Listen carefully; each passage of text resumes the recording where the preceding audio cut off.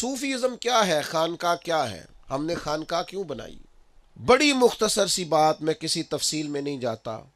نبی پاک علیہ السلام نے جو اپنی بعثت کے مقاصد بیان کیے نا کہ میں دنیا میں کیوں آیا ہوں، ان میں سے ایک بڑا مقصد نبی پاک نے یہ بیان کیا ہے کہ میں اخلاق کی تکمیل کرنے دنیا میں آیا۔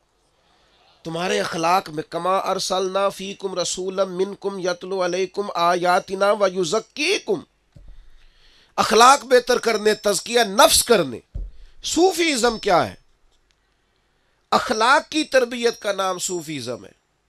جتنا اخلاق اچھا ہوگا، جتنا اس کے اندر صبر ہوگا، شکر ہوگا، قناعت ہوگی، خودداری ہوگی، اللہ کی ذات پر جتنا بھروسہ ہوگا، جتنا اخلاص ہوگا، اتنا بڑا وہ صوفی ہوگا۔ تو ہم صوفیزم کو پروموٹ کرنا چاہتے ہیں۔ کیا مطلب؟ جو یہ ہم سے پوچھتا ہے کہ آپ صوفیزم کو پروموٹ کرنا چاہتے ہیں، تو ہم اسے بتاتے ہیں کہ ہم 5 چیزوں کو صوفیزم سمجھتے ہیں، 5 چیزوں کو خانقاہی نظام سمجھتے ہیں۔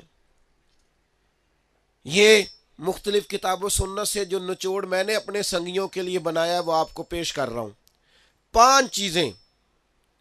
سب سے پہلے صوفیزم کا پہلا نقطہ یہ ہے کہ ہر چیز سے بڑھ کر اللہ اور اس کے رسول سے محبت کرنی۔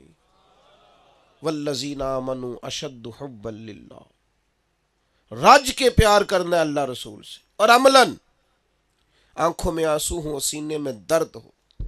اس کی صرف نعت نہ ہو، وہ سچ مچ والا۔ حضرت بریلوی رحمۃ اللہ علیہ کے پاس ایک صاحب نعت لکھ کے لے آئے، کہنے لگے ذرا میری نعت دیکھے، ٹھیک ہے؟ تو آپ نے وہ نعت دیکھی تو اس میں انہوں نے یہ لکھا ہوا تھا کہ یا رسول اللہ، میں آپ کی یاد میں تڑپتا ہوں، میں روتا ہوں، میں بلکتا ہوں، میں سسکیاں لیتا ہوں، میں ساری رات سوتا نہیں۔ یہ نعت میں انہوں نے حضور کے لیے عرض کیا تھا، استغاثہ۔ تو نبی کریم صلی اللہ علیہ وسلم کی بارگاہ میں ان کی لکھی ہوئی نعت جب فاضل بریلوی کو انہوں نے دکھائی کہ اصلاح کر دیں کوئی، تو اعلیٰ حضرت فرمانے لگے یہ جو کچھ آپ نے لکھا ہے آپ کی کیفیت ایسی لگتی تو نہیں کہ آپ تڑپتے ہوں حضور کی یاد میں اور رات بھر آپ سوتے نہ ہوں۔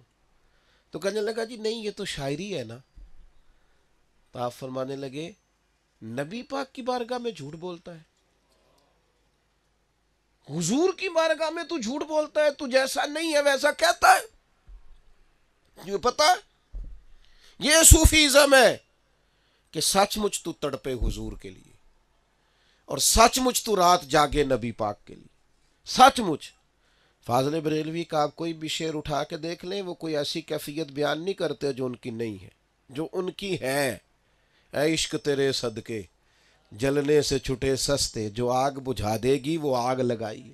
وہی بات کرتے ہیں جو ان کا اصل منظر نامہ ہے۔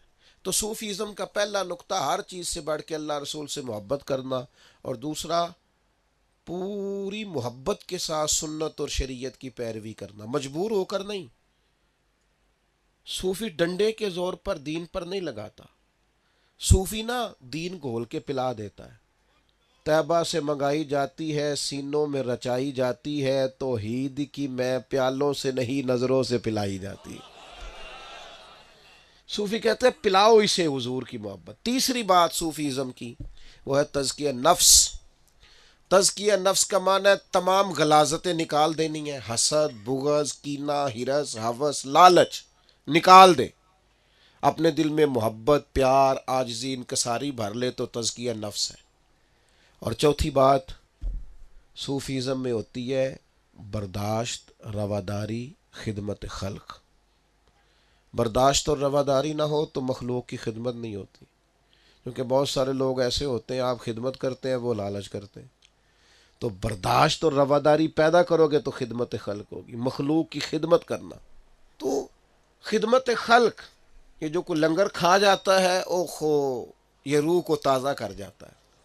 دنیا آوے کھا کھا جاوے راضی ہووے بلا، اس کا کوئی مزہ ہے جو کوئی لنگر کھا کے جاتا ہے؟ اس کا کوئی سرور ہے؟ یہ روحانیت ہے۔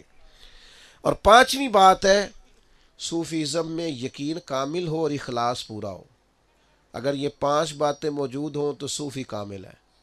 یہ ہے اصل میں خانقاہی نظم، اللہ رسول کی محبت، شریعت کی پابندی، تزکیہ نفس خدمت خلق، اور اس کے ساتھ رواداری ہو، برداشت ہو۔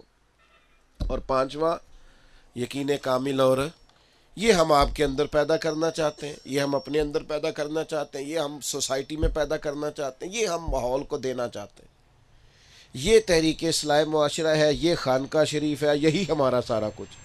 اسی کے لیے محنت کر رہے ہیں، اسی کے لیے ادارے بنا رہے ہیں، اسی کے لیے بچے پڑھا رہے ہیں، اسی کے لیے کتابیں لکھ رہے ہیں، یہی ہمارا اصل عنوان ہے۔ اب یہ پیدا ہو گیا تو سب ٹھیک ہو گیا۔